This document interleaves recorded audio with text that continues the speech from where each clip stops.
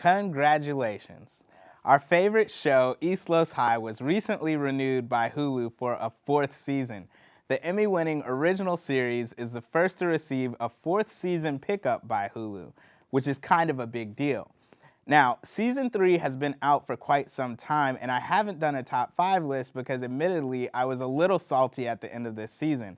I mean, I blew through it in a day and a half and was left wanting more.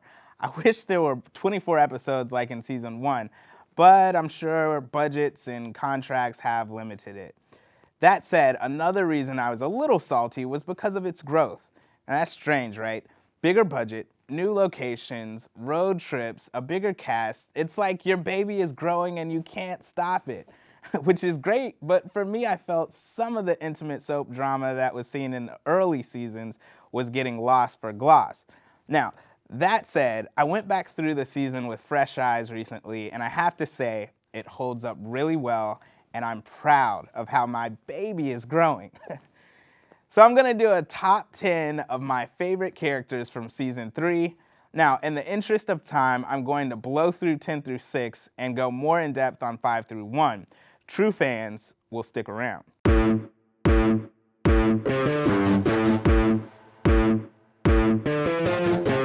At number 10, Liliana. Christina Milian joined the cast of Los High this season and brought just the right amount of seasoning, no pun intended, to the show. We've seen her in countless other films, TV shows, and as a musician, but she was able to be a big presence on screen without taking over, and that's how veterans do. As Liliana became a mentor to Camilla, we found out at the end of the season she's probably going to do a lot more in season 4. Number 9, Petrol. I mean, again, who really likes him? But the role of an obsessive abuser isn't something that you just walk on set and do. Rene Alvarado brought life to the character again in his attempt to allow us into the mind of a domineering and manipulative ex. He switches from the role of caring and attentive to abusive with ease, providing a cautionary tale to those who may be watching Los and should heed signs, which is one of the things I love about the power of the show. Number 8, Philly. Yeah, Philly. She got a bit more shine this season, always down to make sure her friends are aware about their sexual health. She's definitely a girl that has your back. And when she loves hard. So that's probably the reason that she was willing to put aside her good sense and try to please Santi.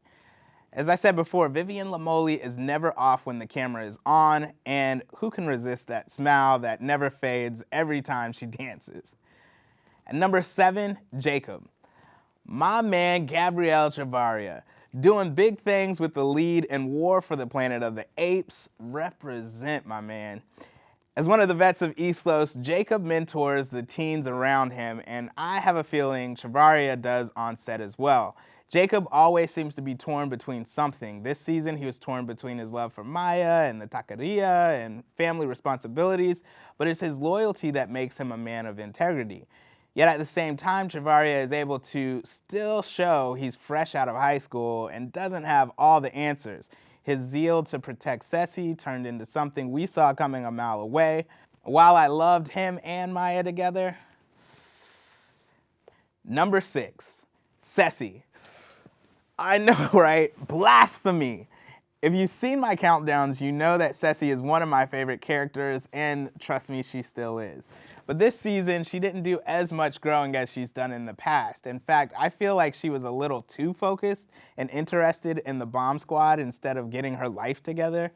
I doubt coaching the bomb squad pays that much to be so highly involved that she'd try to leave the shelter and not protect her daughter. Honestly, this may be a story issue because regardless, Danielle Vega brings it every season. And quiet as kept, come here. I think Ceci could be the cookie of Los High. I mean, she bridges the world of the old guard and the new cast members.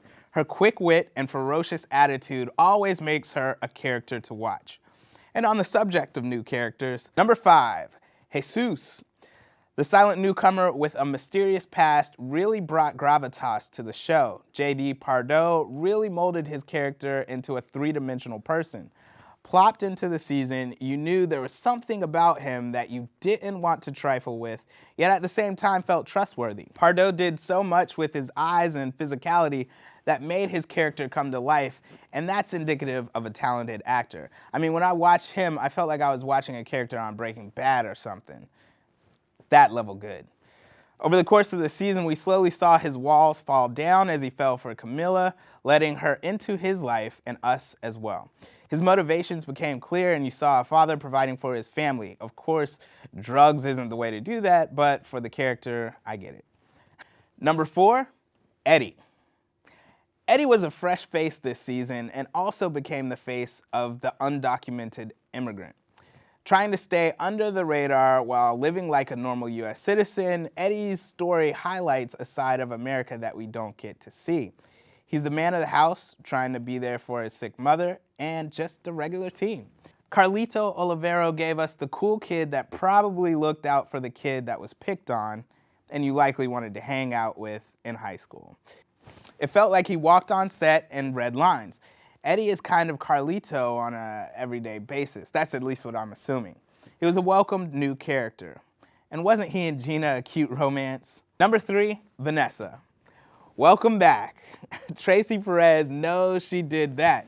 I mean, I miss seeing more of Vanessa in season 2, but the time away really worked because from the moment that Ceci met the mystery person looking for a roommate for her apartment, you could see Vanessa had grown up. Now that's hats off to makeup and wardrobe and whatnot, but you could tell Perez lived with her character and tapped into her evolution. One of the things I've always hated is when a character develops HIV and just goes off the show or is rarely seen. Bringing Vanessa back and allowing us to see what it may be like to live with HIV was great.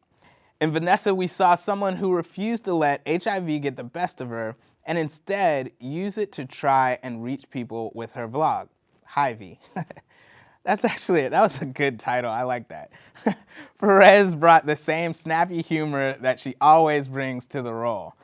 Vanessa is comfortable in her skin and has a lot of confidence that's built upon a part of her personality and a part of her insecurities due to life experience.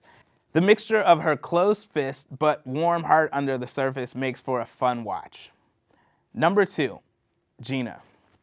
Yeah, Gina was kind of blind in season 2, but she's got her eyes open in season 3 and not settling for people walking over her. She respects herself and demands to be respected by the people around her and certainly those she loves.